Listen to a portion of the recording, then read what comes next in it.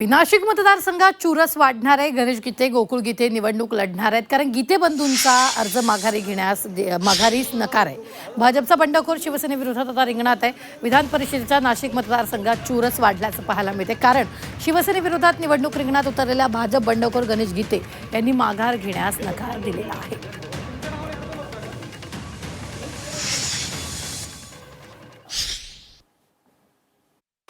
नाही, मी महायुतीच्या जागा वाटपाच्या पूर्वी त्या ठिकाणी अर्ज भरला होता। मी एक अर्ज भारतीय जनता पार्टीतर्फे भरला होता आणि दुसरा अर्ज मी अपक्ष भरलेला होता। आता काय नेमकी भूमिका? कारण महायुतीतून सांगण्यात आलेलं आहे की जो उमेदवार महायुतीचा असेल त्यालाच मतदान करा असं आव्हान आज प्रदेशाध्यक्षांनी देण्यात आलं। अजून मी तर माझी निवडणूक लढण्याच्या निर्णयावर ठाम आहे। आता आज मला गिरीश भाऊ भेटणार आहे, त्यांनी मला त्या ठिकाणी बोलवलेलं आहे। चर्चेनंतर ठरवू त्या ठिकाणी काय करायचं।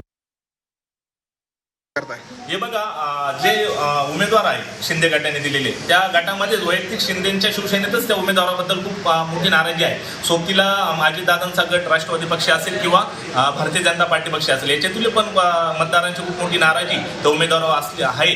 कारण मागील 8 वर्षात उमेदवार कोणाच्याही सुखदुःखात किंवा कोणाच्या उपयोगीच्या ठिकाणी आलेले नाही। त्यांनी फक्त व्यक्तिगत त्यांच्या संस्थेच्या विकासासाठी या आमदारकीचा वापर केलेला आहे।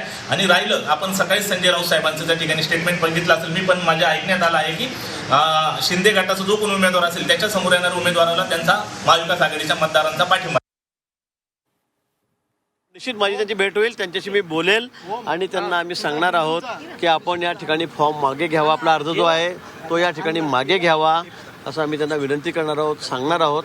गणेश गीते आमचेच कार्यकर्ते आहेत, हे खरं आहे, पण निश्चित 17च्या 17 ठिकाणी आता आम्ही महायुतीमध्ये लढतो आहोत। अनेक ठिकाणी असे टाय होते, त्या ठिकाणी बऱ्याच ठिकाणी आता प्रॉब्लेम सॉल्व्ह झालेले आहेत। 1-2-3 ठिकाणी काय जे असतील, मला वाटतं चर्चा झाल्यानंतर, बोलल्यानंतर त्या ठिकाणी तिथे मार्ग निघेल।